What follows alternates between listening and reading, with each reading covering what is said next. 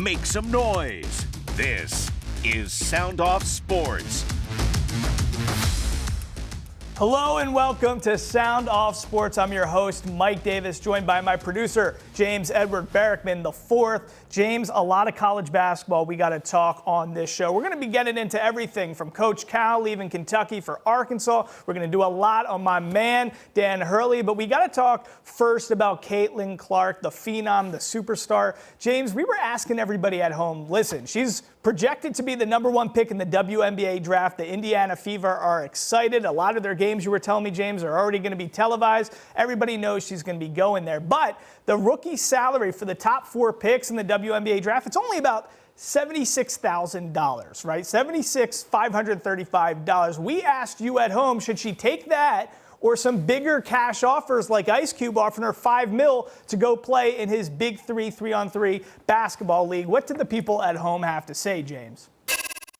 You know, if they're going to give her 76 to go to the WNBA, I think she should look at some of those other offers. I mean, Ice Cube did what, $5 million? I think Portnoy offered her 10. If she made $10 million, it would put her right behind like Serena Williams and Naomi Osaka as the highest paid women's athletes in the world. So if she's got the opportunity to get the bag in her first year out of college, I would take that immediately. All right, thanks to Kev in D.C. for calling in for that. Let's also go to another one, James, because I want to hear a differing opinion. This one's from Sean Talkie on Facebook. He says she's going to make a killing in endorsements. Of course, she should play at the highest level of competition. Okay, so originally I was a little split on this, but you got to think about this, James, and everybody at home. There's a big difference between $76,000 and being offered $10 million for something with Barstool and Dave Portnoy, or $5 million with Ice Cube. I mean, this is not 76, and maybe she's getting some offers for $250,000. This is big time money, and I'm a believer when you're offered money, especially in athletics, you got to take your opportunity, you got to take your wins, and you got to take advantage of when you get those offers. I wouldn't blame her for going this money route. I mean, James, I know you feel a little differently on this, but $10 million, $5 million, that's a lot of dough. It's a lot of money, but I think Caitlin Clark realizes that her decision here is bigger than just the money. Imagine if Caitlin Clark, the messiah of the women's game right now, decided to forego the WNBA for the Big 3 just because they're paying her $5 million. You know, and I get it, it's a lot of money. But everything that she just did would be undone. All the ratings, all the interest, all the growth that she just brought to the women's game goes out the window if you decide, see you later, WNBA, I'm ditching you for the Big 3. Everything would be undone. Devil's advocate, because I agree with you in that sense. And yes, that would be a very loving, selfless thing to do for the sport of basketball. I think for women's athletics, she's done so much for women's basketball. It's an incredible thing, but it's also not her responsibility, right? If she wants that money, she should go take that money. And why can't she go do that for a year or two and then always go back to the WNBA? She's going to be setting a new standard for the WNBA. Maybe she's going to propel changes there where players should get paid more, but $10 million, man. If that's in your face, I don't believe you, James. If you had those offers, if you can make a difference in the world or take $10 million, what are you going to do? You got to think that she's not only going to be making that 76 WNBA salary. She has endorsement deals with Nike, with Gatorade, with State Farm. And imagine if she decides that she doesn't want to play at the highest level of women's basketball to go to the Big 3. She might lose those endorsements. And as a competitor, as an athlete, do you want to go play in some Mickey Mouse sideshow league, or do you want to play with the best of the best? That's the question I'm asking you. It's a good question, and I'm split on it because I could argue both sides, and I think it's really up to her. And I just hope that whatever way she would go, and she's probably going to go WNBA, but I just hope she wouldn't get flack for either choice because I could see the validity in both. Let's hear what Jeff Brown though had to say. So this next one's from Jeff Brown on Facebook. He says, going to the Big 3 to play against men is only good for her bank account. Every other aspect would be an L for her. She can help set a new level for the pay in the WNBA. If the following she had in college follows and grows the fan base, it will help all the women players. That said, she'll never make $5 million on the floor in the WNBA, but add in the possible endorsements and maybe Big three, she lasts one season and they drop her. It's just striking for how much of an impact she's had, how much she's captivated an audience in the world, and just taken women's basketball to a whole nother level and trajectory. It's crazy that she's going to be making $76,000 in the WA. It's just a striking number, and it's hard to honestly swallow. The funny thing here, beyond this, is just a little bit of the flack she's getting from, WNBA players like Diana Taurasi. I mean, what were you even telling me about another WNBA player who caught a lot of flack for just thinking she's not going to translate so well to the league right away? Yeah, I think it was Diana Taurasi who had kind of questioned, you're not playing against 18-year-olds in the WNBA. You're playing against professional grown women. So she's not one of these people who thinks Caitlin Clark's going to walk right in and average 25 a game. Yeah, it's crazy. All right, now it's time for Sink or Swim. We're going to be talking about another figure in college basketball who has made such a difference beyond Caitlin Clark. Yes, it's my man, Dan Hurley. Listen, John Wooden, Coach K, Billy Donovan, and now Dan Hurley. Those are the only coaches to win back-to-back men's NCAA titles in the past 60 years. It's been 17 years since the repeat. And to me, I'm so excited and enthused about UConn and what Dan Hurley has done, because to me, I feel like it's bringing back the renaissance of college basketball that we used to know. I think between social media, NIL deals, the transfer portal, there's been so many programs that have been leaning into newish kind of concepts that have taken away, that have stripped away the elegance and the joy and the passion that we associate with March and March Madness. Finally, we see a program back-to-back years that's doing it the right way. There's old school mentality, there's old school coaching, and they're utilizing the transfer portal in the best way possible. This is how it should be demonstrated. Look, you got Tristan Newton, who came from East Carolina. He was on the team last year, so you're getting that follow-through. Plus, Cam Spencer, a guy who spent 3 years at Loyola, Maryland, and then a year last year at Rutgers. Now he shines on the biggest stage, and that's what the transfer portal's about. He's a graduate player who now is going to have NBA aspirations and probably get drafted for what he did on the grand stage. So I just love how this program is operating. I think, for the Hurleys, basketball is a family business. His dad, Bob Hurley, 26 state titles with St. Anthony's in New Jersey.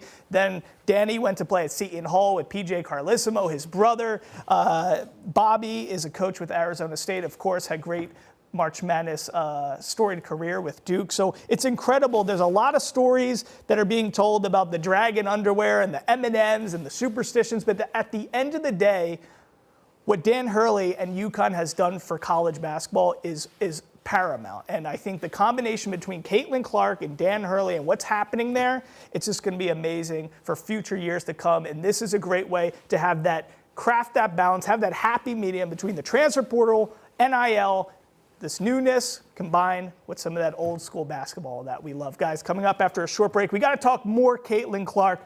We're not done on the whole Caitlin Clark thing. We got more on her coming up after a short break.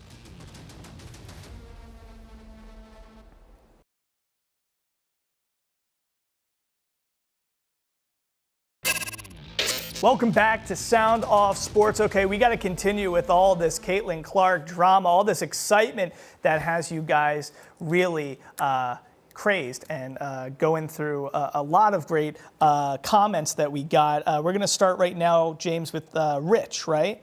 Correct. This is from Rich Gajda via Facebook. He says, no one watched the WNBA, and that's why the salary is low, except the other offers of millions. I mean, listen, Rich has a point there, but I think, like James said, and you are a smart guy, James, she has the potential to create change, and that's a special thing, and you can't, just turn a blind eye to that. That is a special thing, but you also can't blame anybody, especially in athletics where anything can happen. Your career can finish just like that. You can't blame somebody for taking the money. James, what else we got? This next one's from Troy Teskey on Facebook. He says, she's got to play to maintain exposure and endorsements. WNBA is gaining momentum finally. She will help it increase revenue. Maybe one day they'll be able to operate without the NBA subsidizing them. Yeah, and I think, listen, all sports, it's good when there's a figure to that takes on the persona of the sport. We had on our other show on this network, Sin City Beat, we had a great comment from Steve Cofield likening Caitlin Clark to Tiger Woods. And what Tiger Woods did for golf, that's what Caitlin Clark is really doing for basketball. It made it exciting to watch golf because of the power that Tiger Woods brought to that TV. So, I mean, James, what's your take as we're closing and rounding out this whole Caitlin Clark dilemma? My whole thing for her is she knows the weight of this kind of decision. And it's not a decision. She's already declared for the draft. Right, She's not going to go to the big three all We're of a just sudden. having fun. This is all hypothetical here. But to your point, and Steve Cofield's point about her being the Tiger Woods of this game, the women's national title game averaged 18.9 million viewers. The men on Monday night averaged 14.8 million viewers. Wow. Whenever have we heard of the men's national title game in basketball getting less viewers than the women's national title game? I don't know if it will ever happen again, frankly. Absolutely not. It really might not. And that's what's crazy is that I think I could name more players from the female side of the bracket than the men's. And that's just because of the stories that were going on, the stories being told in these figures. So I think star power is a big thing in athletics. Coming up, a big dude in the world of athletics. Yes, the Hall of Famer, running back Emmitt Smith joins me. You don't want to miss this.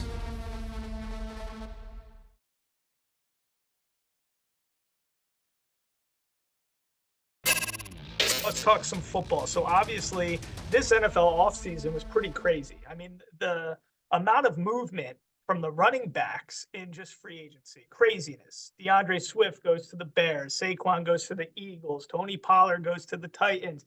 Derrick Henry goes to the Ravens. Aaron Jones goes to the Vikings. Josh Jacobs goes to Green Bay. I mean, so much movement all around, right? When you saw and took all that in, which signing did you think was just, wow, this really seemed like an amazing fit, and that guy is going to do incredible stuff in that new place? I think that Derrick Henry going to the Baltimore Ravens was one of the biggest moves that landed in the right spot. I mean, because he's going to command attention, and which when you look at the quarterback position and the running back position with Derrick Henry back there, you actually have two running backs back there. One of them just happen to be playing quarterback. So I think Baltimore had a great addition when they picked up Derrick Henry. Okay. And then when we're talking about the Cowboys, it's interesting, moving off Zeke, Tony Pollard was the second in line there, right? And he looked really good when he didn't have to have the main job, right? And then when he got the main job, he didn't look like the same Tony Pollard we knew. You had some experience with that, 15 years, 13 years with the Cowboys. And then, you were getting a little older. They're like, we want to go a different direction. And you proved them wrong again, going to Arizona. And you had a great showing there with the Cardinals still as a really productive running back. So tell me a little bit about what that feels like as a running back when you see, the Titans move off a guy like Derrick Henry, the Giants move off a guy like Saquon, where they really didn't give him the ball too much. Right. When you see situations like that and, teams and organizations not really moving off of a guy who did really good work for you, what is that going through the minds of those players when that's happened? Well, in my opinion, when I look at Derrick Henry's situation and I look at Saquon Barkley's situation, including Tony Pollard's situation, at least Derrick Henry got the ball pretty efficiently. And there was no doubt who was going to get the ball when Derrick Henry was back there. I think the problem that I see with the Titans is they shipped out the wrong guy, and they invested in the wrong quarterback. Derrick Henry was never your problem, period. And that right there bugs me. With Saquon Barkley, they shipped off the wrong guy. They invested in the wrong guy. Right. Daniel Jones is not your quarterback of the future, in my opinion. When I think about the Dallas Cowboys, there is no way. I mean, when you talk about Tony Pollard, here's Tony Pollard's situation. Sure, his numbers are not what they were last year or the year before when Zeke was there. No, because he was the number 2 guy. what people don't understand and what people don't respect is what's required to be in that number one seat. And I think Tony Pollard produced last year and produced to the best of his ability, considering that they didn't load him up the ball like they should have, instead of throwing the ball all over the field. Right. That's the problem with the Dallas Cowboys. They're not committed to nothing but throwing the ball. And they committed to the quarterback position. They did it with Tony Romo, and now doing it with Dak Prescott. And at the end of the day, neither one of those guys are 40 passing attempt quarterbacks.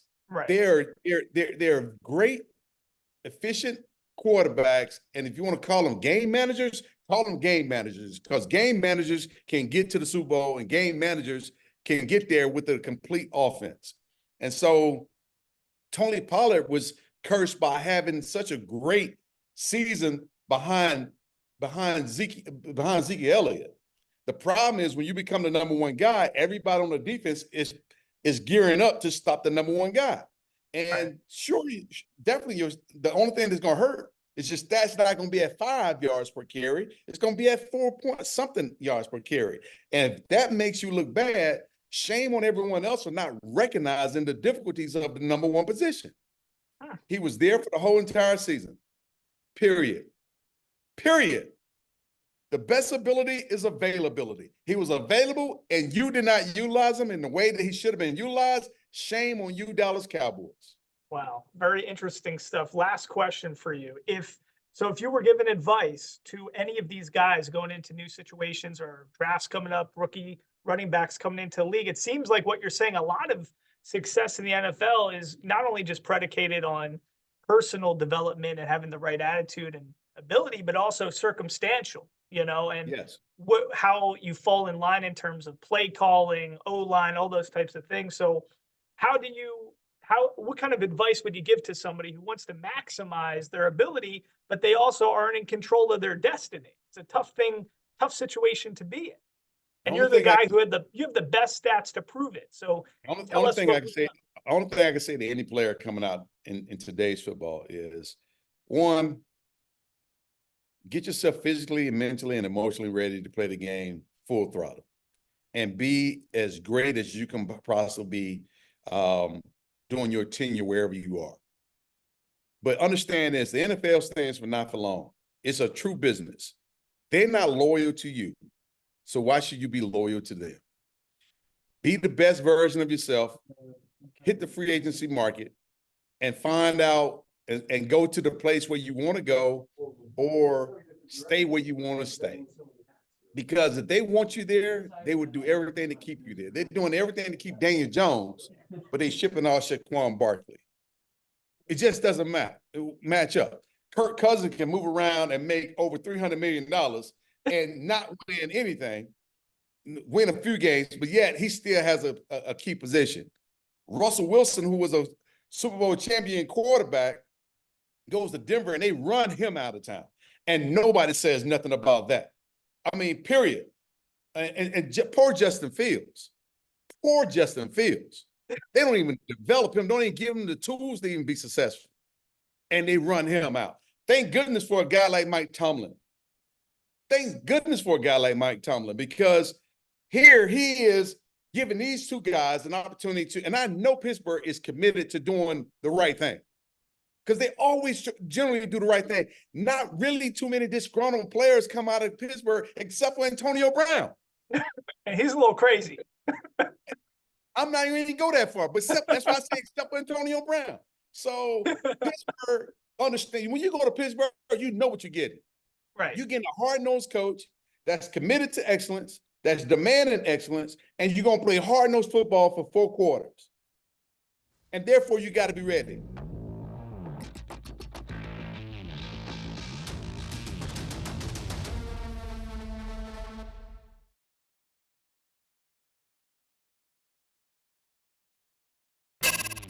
Welcome back to Sound Off Sports. I'm Mike Davis. All right, so now we're going to be diving into the whole conversation about Coach Cal leaving Kentucky for Arkansas. James, we got a response from a guy named Brian Phelps. What did he say?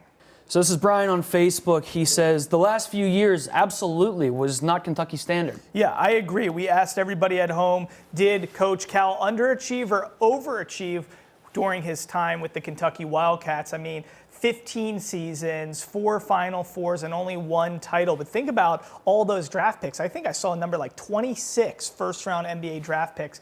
You know, there's a lot of different ways to succeed as a coach in college basketball. He's a phenomenal recruiter. We know that. But the distinction is guys like, you know, Dan Hurley, right? He actually said in an interview with CBS this morning, he said he interviews and recruits by the parent. Parenting styles, what a player's really looking for in the experience. Not the whole me over we, but rather we over me. And that's such a great thing when it comes to college athletics. That's why we love March Madness and the fanfare as opposed to a lot of times the NBA throughout the regular season, because we want that passion and that genuine interest for a team to succeed as one rather than a solo player. So to me, I think Coach Cal has done some good stuff, but you got to say the dude has underachieved, especially with a storied program like Kentucky. James, what do you feel about Coach Cal? I couldn't disagree anymore. To say Coach Cal underachieved at Kentucky, I totally disagree. Over the past few years, absolutely. Like Brian said, past 4 seasons, not a single Sweet 16 appearance at Kentucky. That's not good enough. But did he underachieve in his entire time at Kentucky? Absolutely not. 6 SEC tournament championships, 4 Final Fours, a national championship. And how many guys did he put in the league? I mean, Coach Cal's the face of the one and done. You know, he changed how many dudes' lives. That's not good. That's great. I mean, from a coaching perspective, putting guys in the league, like you said, there's different ways to gauge success in coaching. Yeah. And I think changing these kids' lives and giving them an opportunity to play at the professional level and helping their families for generations from a financial perspective, that's success in coaching. There's different ways to gauge success, like you said, James. I think it's not the same thing as what traditional coaches like the Woodens, the Coach K's, the Hurleys are now doing. Guys, thanks so much for joining us on the show. We'll see you next week on Sound Off Sports.